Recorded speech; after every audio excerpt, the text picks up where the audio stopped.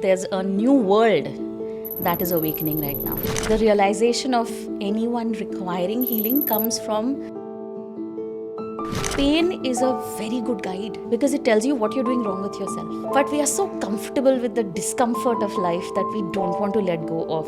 We like feeling self-pity and we like living in that and saying that the world is mean and did this to me. What is the connection between healing and personal freedom? I think they're interconnected.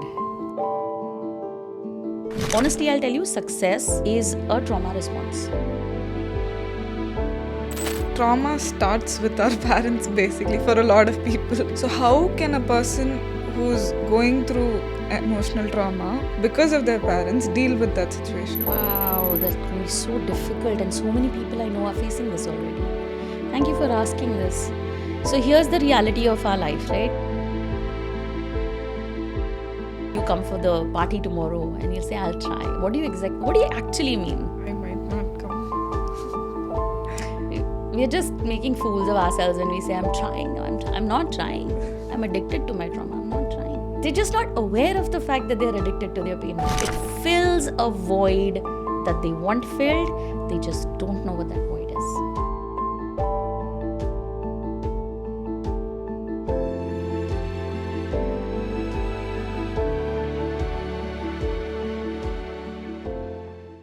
Hi Prachi. Hi. So it's really good to finally sit and talk to you. Likewise. So can you just tell a little about yourself before we start so everybody knows who you are, what you do? Okay. So my name is Prachi Mayekar. I'm a transformation coach. I would say I work more in the spiritual area of life because I feel that we need to get in touch with our true selves rather than be deluded by the masks that we wear on a daily basis. So I've taken it upon myself as the purpose that my soul has guided me to choose to awaken or to raise the awareness of us all so that we can live more authentically and in a state of joy. That's great. That's beautiful. Actually, I think everybody is trying to come to that level of self-awareness and heal and, come out of all that thing that causes them pain and everything. So, we hear a lot about healing, trauma, and a lot of these terms have been coming up for the past few years. Why do you think that they're coming up so prominently now? Okay, so I subscribe to the school of thought that says that there's a new world that is awakening right now. So some people call it the new earth.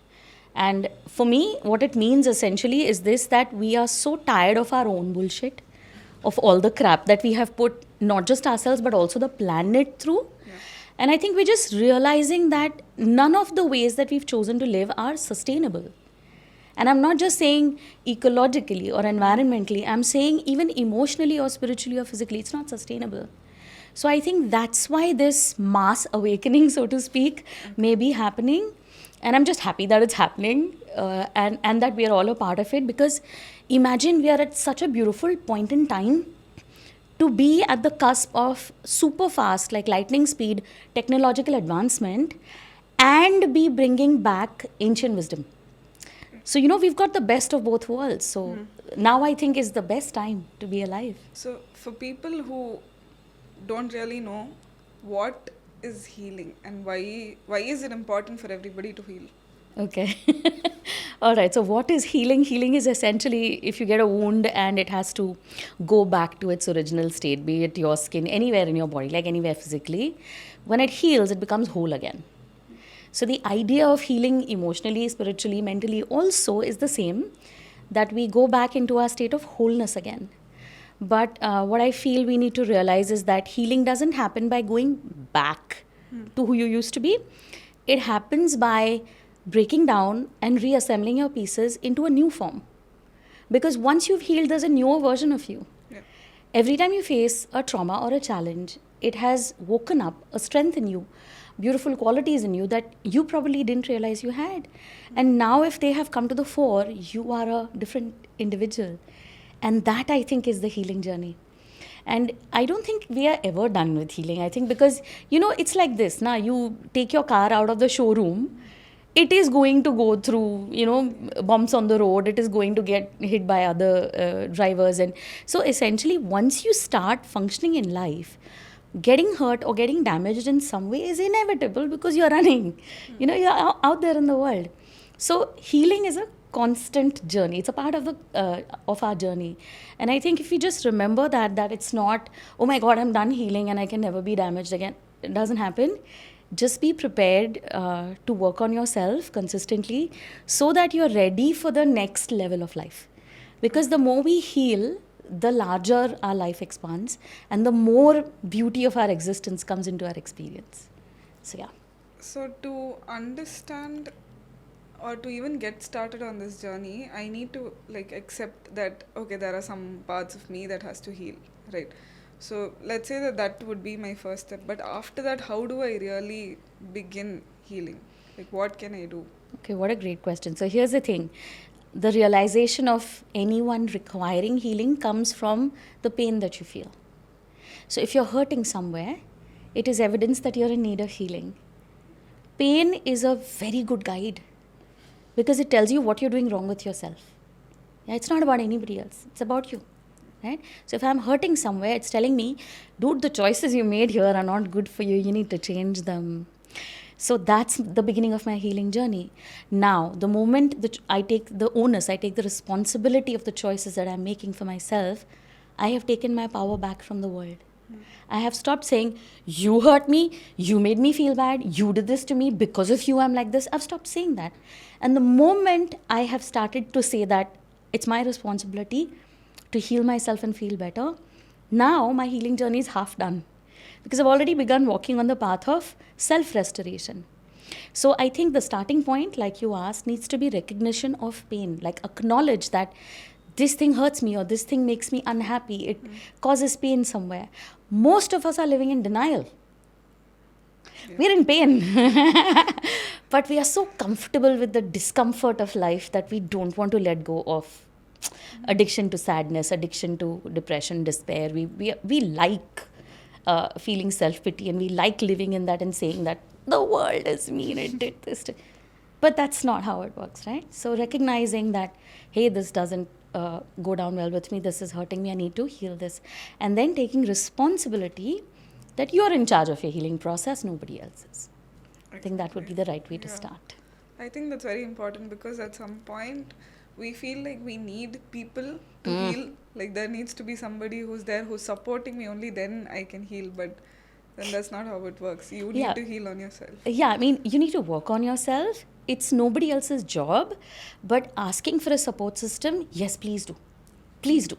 You know, depend on someone that has the same interest in your progress as you do. Someone who genuinely wants to see you whole, healed and hearty. But don't make it their job to heal you. So there's something called personal freedom, right? What according to you is personal freedom? I would say, what is freedom? Whether or not personal. But I think as beings walking this planet, each being, not necessarily just humans, I think every living being has the right to be free.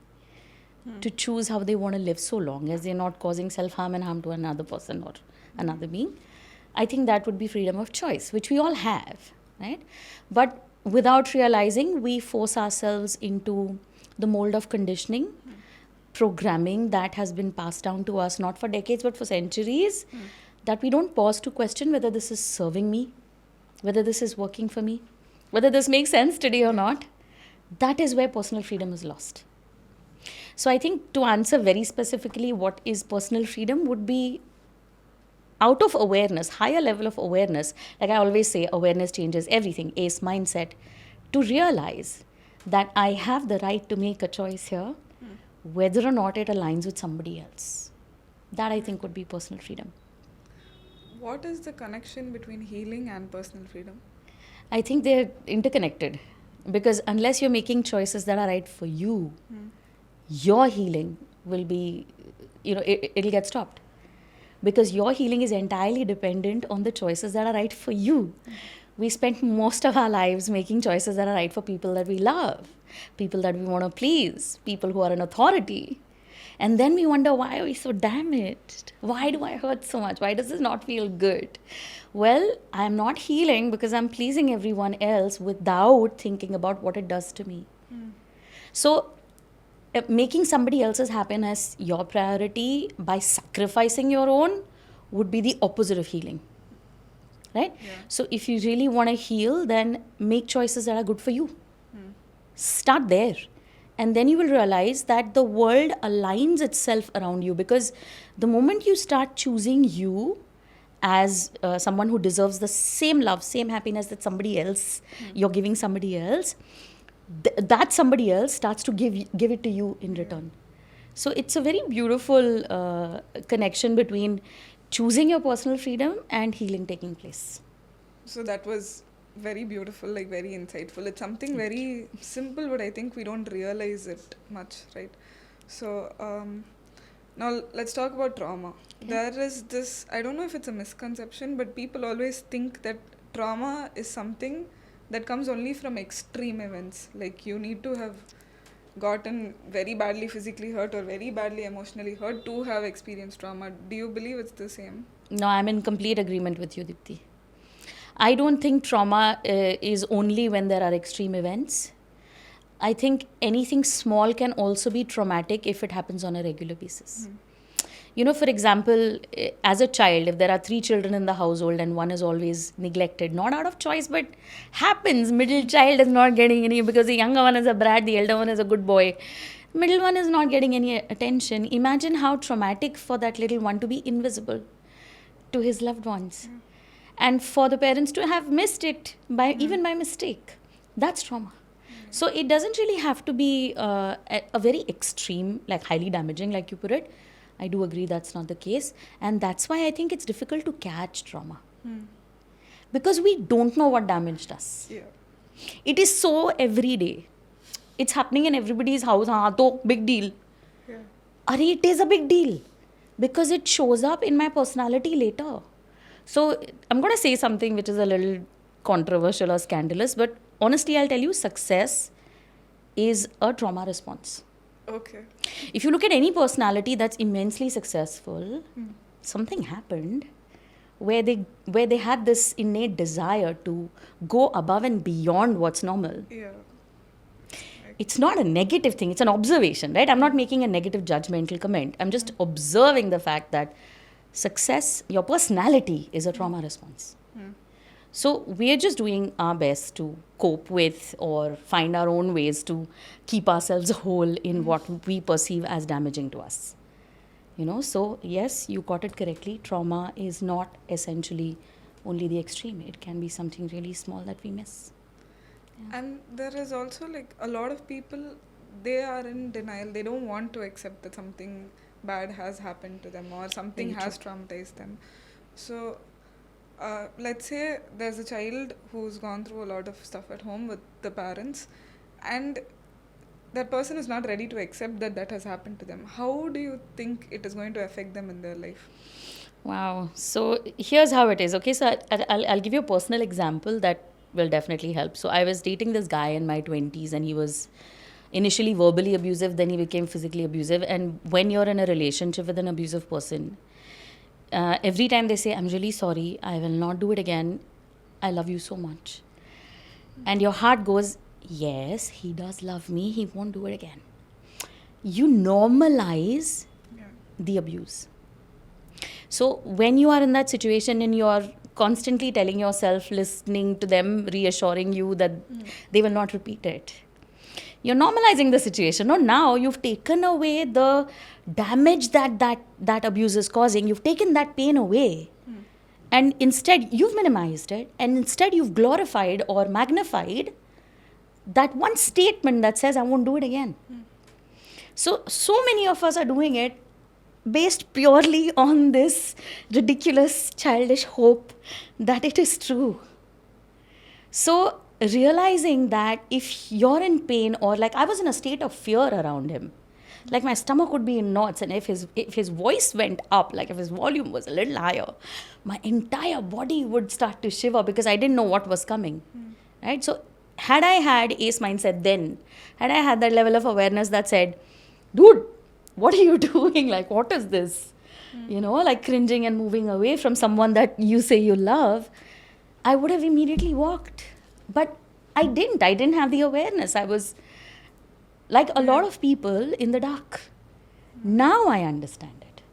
So recognizing that if there is any kind of pain in you, it is a cry for help. It's a call for healing. And if it is a call for healing, there is damage there. Right? So normalizing the damage that you're experiencing or the abuse that you may be facing or the problems that, this is everyday business, everybody. That's not going to fix things, because what that does is that breaks you. Like, I was broken at the end of it. It took me 10 years and going through a lot of timeline processes to overcome the trauma that I got from that relationship. 10 years is a long time. Yeah, so recognizing that it is going to break me because it's already breaking me. Right? So I need to recognize that this is not me anymore. I'm changing. And if I am becoming a person that is afraid or not lively or bubbly or confident or whatever your personality is, right? If I'm becoming the opposite of it, is this really going to work for me in the long run? It's not. Because you're moving from your authentic self. How long do you think that'll last? It won't last. Right? So for those who are normalizing pain or abuse like I did, please don't do that mistake. Awaken to the fact that your body knows, your body has the highest level of emotional intelligence. Your higher self speaks through your body. It speaks through your emotional state. It knows before your mind recognizes. It knows. And so if it is telling you, like put your guard up or back off or don't be with this person, don't be in this environment, listen. So that you can minimize the requirement for how much healing you'll have to do later once you've gone down the wrong path, So, yeah. This happens in relationships, not just like romantic relationships, also with our parents, right? True. I think trauma starts with our parents basically for a lot of people. And there's also this thing where parents are... you're not supposed to, let them go. You're always supposed to be there with them. Their family. Family is something very sacred. So this is the kind of talk that goes around. So how can a person who's going through emotional trauma because of their parents deal with that situation? Wow, that can be so difficult, and so many people I know are facing this already. Thank you for asking this. So here's the reality of our life, right? So culturally speaking, now this is different across cultures across the globe. I'll go with ours because we have 100% experience in our culture. So culturally speaking, we are raised to become responsible children, and taking care of aging parents is our duty. Now, if we just remove the title of parents, let's take away the biological parenting fact that they've made you who you are, like they've given you birth, and just see two old people. If you see they're in need of care, will you take care of them? Yeah. That's it. See, the problem happens when we put moral values into this. When we attach morality to anything, it becomes more complicated than it should be. I take care of you because you gave me birth. You're the vessel that I came through. My soul this is our soul contract, yeah? It's a different story. I'm blessed. I love my mama. She's my best friend. But I have seen equations where parents and children don't see eye to eye because, like you said, generational trauma is being passed down. The parents were raised in a way that they felt, oh, this is how kids are raised. And so they passed it down to you. And you realized, this doesn't work. This is not making me, it's breaking me. This is not working for me. You have to stop. And so you decide to stop. But let's say, for example, not you, a person, they say, okay, I'm going to do the opposite of what my parents did because that didn't work for me. Now they're creating new trauma because you've gone to the other end of the spectrum. You with me, right? So essentially, without awareness of the consequences, because see, every choice you make has intended and unintended consequences. It is the unintended consequences that we cannot deal with. If you have a higher level of awareness, unintended consequences will start coming into your awareness. You'll make better choices. So to stop passing down generational trauma, the realization that my parents were the kind of parents they were because that's the kind of upbringing they had. I'm sorry that you couldn't be a good dad to me because your dad was not good to you. Realizing this, right? For them, this realization is very important. Those who don't have a good equation with their parents. And it's not about forgiveness. Why? Because had your parent not done what they did to you, you wouldn't have responded in the way you have responded now, and you would not be half the person you are today. True. It's a soul contract. Yeah. So the reason they are so challenging towards you is because their soul has made this contract with you that I'm going to bring this out in you in this lifetime, either through love, support, or through challenge. Now they've chosen challenge, but you're still growing, you're still evolving, you're still becoming beautiful. So it's a consequence of what you experienced, right? So recognizing that, thank you for keeping our contract, and it is served. Now I consider it null and void. It's done. Okay. So henceforth, even if a person has a negative relationship with their parents, they still can be there for them in the role that they're required to be. Just don't put morality in it. The whole duty angle. Do it because they're alive, they're humans, they gave you flesh and bone, and they require care. So you take care of hundreds of people like that. Look at them the same way, because then you'll have more compassion. You lose compassion when you have emotional baggage. Don't look at the baggage. Look at them as individuals who require care. That should help. We all have like certain triggers, right? Everybody who's gone through trauma, they all have certain triggers. So can you name a few triggers or a few common ones so that people who don't know what is happening can at least identify that is happening to them? Okay, so triggers are highly subjective. Okay. Because triggers are essentially memories of a painful experience that you're currently experiencing based on something that happened in the present. Okay. Right? So let's say if somebody has a past experience of verbal abuse and they've been called names and fingers were pointed at them. Maybe they were not hit physically, but they were treated very disrespectfully, and they're like, that's a lot of pain inside of them, right? And if they haven't worked on releasing that, their cup is still full with that pain. So today in an office environment, for example, there are professionals around you, and suddenly somebody in that team behaves the same way that other person did in your past. What will that do to you? You'll suddenly feel very, very offended. You'll get very angry, and you'll either lash out at them or you'll start crying because that pain has been triggered, right? Yeah.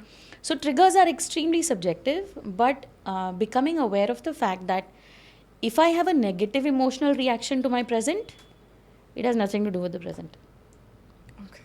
That's recognition of triggers. It has everything to do with something I experienced before that I haven't worked on. So if something about you is pissing me off or irritating me or hurting me, making me feel bad, where does it come from? Because you are simply a trigger in the present. But what I'm feeling is coming from there. So like the mind is a meaning-making machine, right? So we always assign meaning to things. That's why when two people are standing together and one guy is yelling at both of them, one fellow will be like, what the hell, how dare you speak to me like this? The other guy will be like, I don't care. One has trauma from the past, the other one doesn't. So he doesn't get triggered. Let's say somebody's trying to get over the trauma, but they still are feeling stuck. Wow. What can they do? I think the key word that is a problem here is the word trying. I hate the word to try.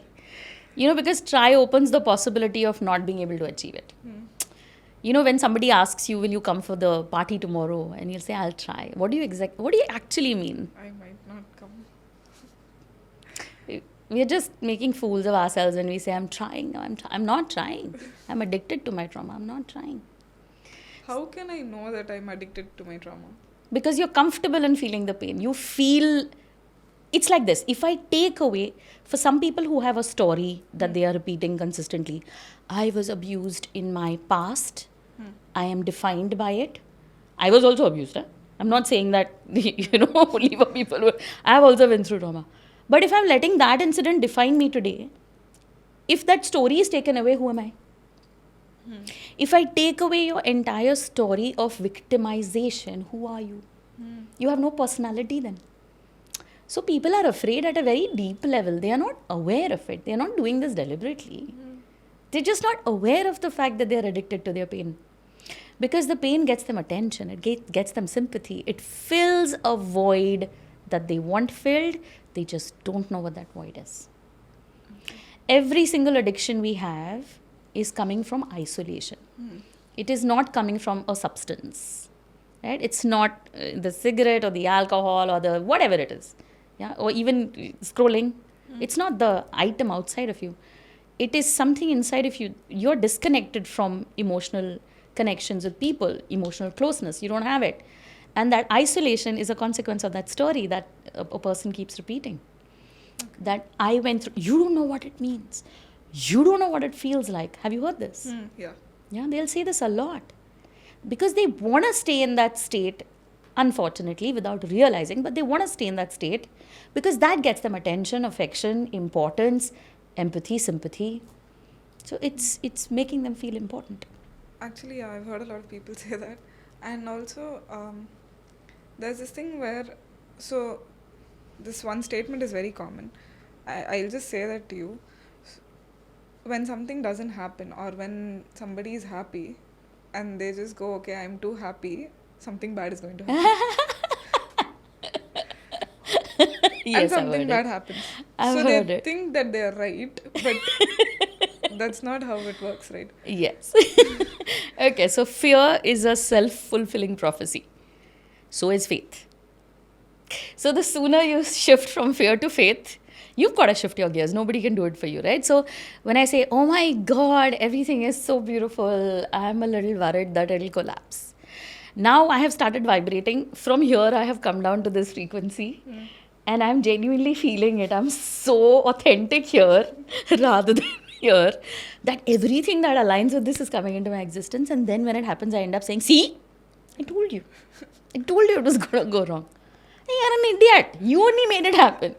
You couldn't really celebrate the fact that your life was going really well because it has happened in the past. Your mind convinced you it'll happen again in the future. And so you ended up attracting negativity without realizing it. So what we got to understand is this, that if I am in what I perceive as a blissful or ecstatic or a gifted state, blessed state of life, nothing is permanent, dude. If I've gotten there from somewhere here. And it's quite likely that I might come down here based on where I'm vibrating, just so I can go back there again. Life is highs and lows. Nothing is permanent. Nothing is going to stay where it is, and that's okay. Right? So enjoy your joyous moments, your fun times, because they won't last. And learn from your sadness and actually embody, experience, embrace every lesson that comes through while you're down, because it's not going to last. Yeah. And memento mori, principle of stoicism that I live by every day. Everything must die. It does end. Change is the only thing that's permanent. And so I need to remind myself that if I am feeling joy right now, I need to make the most of it. Because I don't know when it'll change. So through this, we can also understand that when we are happy, like let's say when people are happy, they get scared about when they're going to be sad. And eventually they end up remembering their sad moments more than they remember their happy moments. Yeah. So it's always like, I went through this pain, I went through this, but then we don't talk about the good things that we went through. True. Why do people do that? Like, why are we so focused on the bad, and why do we remember the happiness so little? So it seems as humans we have what is called the negative bias. We are pre-programmed to focus more or lean towards negative experiences rather than positive ones. And whatever you do more of, you master. So every day, whatever emotions you're practicing, you're becoming better at it. So if you're practicing negative emotions, you're going to master them. Eventually, you will be so good at it, so adept at it, that it'll take a fraction of a second for you to go from neutral to, oh my God, this feels like hell, right? Or, oh my God, I'm so angry, I could kill you. Practice, right? So once you realize that, okay, this is somewhere it's working hormonally, biologically, neuroscientifically, it's working on all levels, but I do have a choice. I can interrupt the process where my thought goes from neutral to negative. Right? And instead of focusing on the negative or the stuff that didn't work for me, now I need to ask myself, do I want more of that? No, I don't want. What do I want more of? Go there. Right? So even if it's not there in your existence right now physically, unless it comes in your energetic field, it's not coming into your physical reality. So unless you feel it, it's not becoming your reality. That's why so much of nonsense is your reality, because you're feeling so much of nonsense. We are like that. We are humans. We are like that. Right? So we tend to glorify all the challenges we faced and how difficult it was. And because we like feeling, oh my God, my journey is difficult, but I'm still such a good person. I'm still doing, You know Yeah, people yeah, like that, don't you? Like, look at your laughter, it says it all. Okay, so understanding that this is not how you're going to go from here to here. The only way you can go from a manifested life, mixed manifestations to clear manifestations, is to identify with, feel, consistently raise your vibrational frequency to the vibration of what you want to experience. How do I do that? Okay, so I teach something called the Transformers log. Okay, so this happened after my divorce. I was majorly upset and I was like, I'm the world's worst wife. I'm a terrible daughter. I couldn't have been a better person or what. I suck every morning. Every morning I wake up and I used to rank myself on a scale of 1 to 10. 1 is I want to kill myself, 10 is I'm ecstatic. I was somewhere around -3. Okay. Okay. I didn't want to get out of bed. I was blanket up and turn off the light and close the curtains, and I don't want to look at life. And I was so embarrassed of being myself, so ashamed that when I saw the law of attraction, I read the book, and this had happened a few years before my divorce, okay, while I was still married. I went through it again and I remembered the more you vibrate on a frequency, the more you get from that frequency. And I was like, more of this? It's not going to work. I need to shift. I need to change. And so I started working on coming from -3 to -2, -2 to -1, gradually, number by number, because you can't jump. Yeah. There is no quantum jumping here. You need to heal, process, allow yourself to feel those negative emotions, and then ask one notch higher. How can I get one notch higher? And then do something in your physical environment that raises you to that frequency. It can be something very small. And what I learned during that time was this: all your sadness, all your depression comes from your thoughts being about you. The more we think about ourselves, the sadder we are likely to become. Okay. It's true. Okay, so the more you focus on serving other people or being present for other people, you don't have to necessarily serve, just engage with somebody whose vibrational frequency is not as horrible as yours. Okay, like don't sit with your sad friends and listen to dukhi ghazals. Doesn't work. Go to somebody who's a little higher and then borrow their energy a little bit, exchange energy with them. And then you will see that the more you focus on being present for people that you care for, the higher your vibrational frequency is. So the TL, Transformers log, essentially is this. Initially, you have to start by setting alarms because you're not in the state of awareness. Ace mindset is not on. The moment that alarm rings, you turn it off and you write down in your Transformers log, what was I thinking right now? What was I feeling right now? So let's say you're at work and you're thinking right now that, oh my God, I'm at work and I'm not feeling the best today. I don't feel like doing this and there's a meeting in an hour and I'm not prepped for it. And what's your emotional state? Right? So you identify that. Then you ask yourself, is this what I want more of? Answer is always no. Replace it.